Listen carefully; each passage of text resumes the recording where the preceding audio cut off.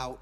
Well, we got a lot of people still wanting to sound off. People they need to call out here today. This is your platform right now, 877-979-WRMF, 877-979-9763. Some of the ones that we got going on right now. We still got people calling out the superintendent of schools in Palm Beach County, Superintendent Burke. Mary Beth from Lake Worth is a substitute teacher, and she said, I just can't believe that they stick the kids in front of a screen 6 to 7 hours a day, even recesses indoors on the computer playing games. The classroom work, the tests, and the homework, they're all on laptops. 2 out of the 20-plus kids had legible handwriting, and these are 4th and 5th graders about to go into middle school. You can't fail a kid after 3rd grade, no matter where they are academically. Don't we have statistics that say screen time is bad for mental health and brain development and memory, and yet they push teachers to have these kids sit in front of the screen all day, every day? What was so bad about school in the 90s? We had home ec, where we learned how to cook and sew, gardening clubs, and even wood shop at some schools.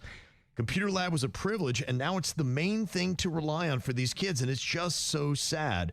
Now, most parents like me can't afford to homeschool their kids, but man, if I could, I would. The school board and especially Mr. Burke aren't doing anything to better the school system. It's just another business transaction for them. Filling their own pockets is all that matters. And the fact that Burke doesn't even have an education degree, has never set foot in a classroom, meaning he lacks the real qualifications to be in this position, shows just that.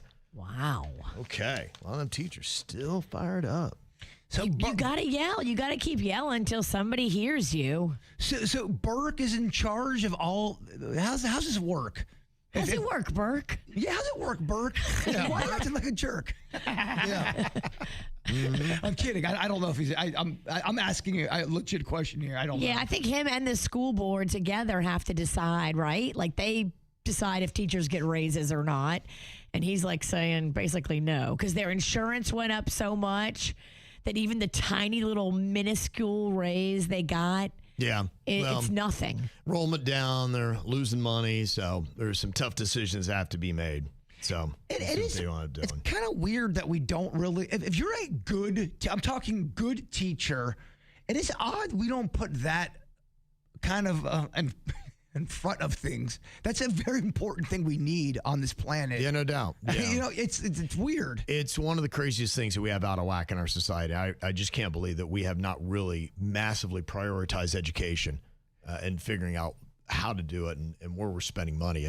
We spend money in places that I'm like, I think education should be way ahead of where we put money for other things. Amen. I'm talking a talented, good teacher. Sure. You deserve some change, difference. Man. I'm sorry. It's a big difference. Yeah. And unfortunately, a lot of the really talented, good teachers are saying, I'll find something else to do. It ain't worth it anymore. I'll take my talents to some place that pays me for my level of skill. Yeah. Mars. One person just texted and he said, preach about that school screen time. We are currently fighting with my son's elementary school about this exact same thing, especially the indoor recess.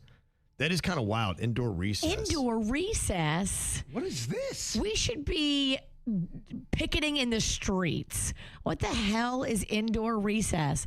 That's not recess. I'm not going to even lie.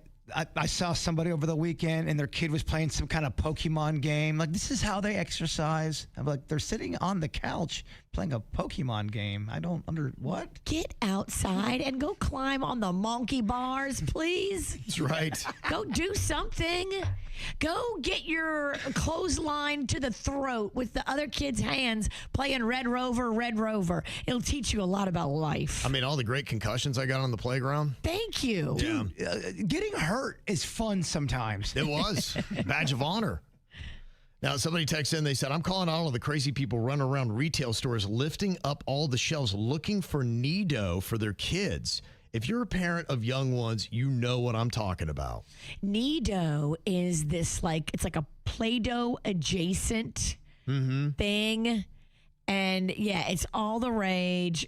People are fighting over it. There's like a 2 Nido limit per customer. Yeah. Whoa. Okay. Kids are loving this stuff. Yes, it is very hot. I called bingo the other night at my son's elementary school. I don't want to brag. You did? But the prizes were Nido, and the kids were losing their mind. Okay. Kev, how is that not like a major topic in the middle of the show? We missed one. We missed one.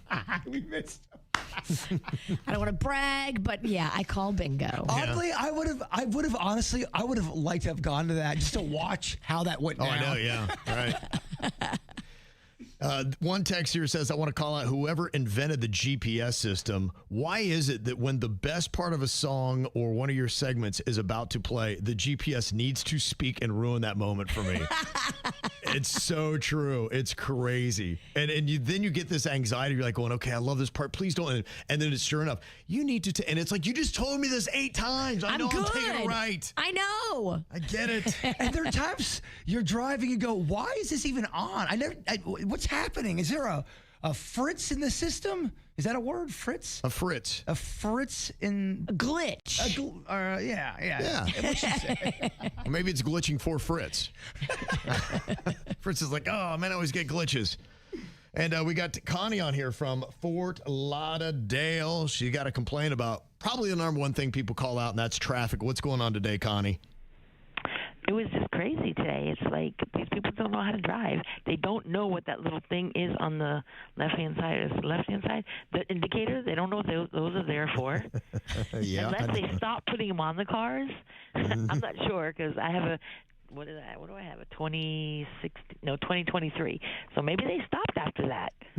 I don't know. I know. It's like crazy. It is nuts. I mean, I had this whole thing. I was just realizing this weekend. It's just the knuckleheads that cause all the problems in traffic. I saw somebody just stopped on the side of the road. They were half in the lane, half out. And of course, everybody then had to stop behind them. It's like, why you cannot stop right there? You better be having a heart attack. Yeah. It better not be that you're taking a call or something stupid. And you saw it. I'm like, this is how these accidents happen. Now, Totally. Connie, is there a part of South Florida that you're driving where you noticed this? Hialeah. How did I know? Hialeah. Oh, yeah. Big offender. Yeah. Big offender. It is. Well, good luck to anybody driving through Hialeah right now. You definitely need it. We got Sarah on here. She needs to call out a lady at Publix. What are you calling her out for today here, Sarah? Good morning, guys. It's Sarah. How are you? Good. How you doing? I'm great, thank you. Yeah, so my husband works down in West Palm off of Okeechobee Boulevard. Mm-hmm. And every once in a while, if I'm down there and I have a time, we'll go have lunch together. So we ran into Publix to get a sub, and we're waiting patiently for the subs to get made. And there's a woman in front of us, probably in her like late 60s. And she's just, I don't know, kind of entitled, you know. So we're sitting there and we're listening to her groan, and it gets to the part of putting the toppings on her sub. And she is like berating these sub workers over the condition of the tomatoes. And so after probably the third comment, I looked at her and I said, I'm not sure, like, if you know this, but they don't grow and pick the tomatoes. So if you want to go grab a tomato from the produce section, I'm sure these lovely ladies would chop it up for you and put it on your sub, or like you could even do that at home. And she looked at me, she goes, oh, that's just a waste of time. And I said, I hope you have a better day than you're having right now. And she just didn't have much else to say. But I cannot stand when you're there and someone's doing a service for you and you feel like you're just the queen of England. Like, go get your own tomatoes, lady. You're at Publix. Yeah, you're at Publix.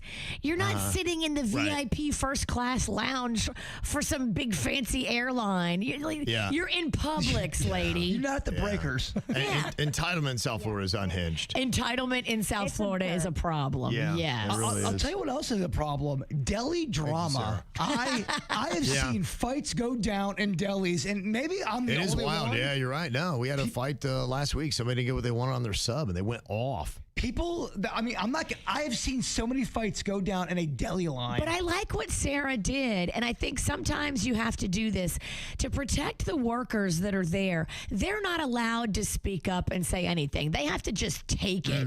If someone's yelling at them and berating them about tomatoes, they have to just go, okay, I'm sorry. Right. But other customers in the line, we are allowed to check that woman and say, lady, simmer down. Stop yelling at these people. They're just trying to make you a sandwich. You're so angry. Why don't you go back home and yell at your husband where you belong? Mm-hmm. No, you're right. Now he's dead. He offed himself. Wow, that's darker than I wanted it to go. Right. Buckley was at a 24-hour restaurant in Jupiter. He said, I've never seen a waitress wearing big headphones while waiting on tables. Ooh. We're not even talking earbuds. I can't imagine any restaurant would allow that.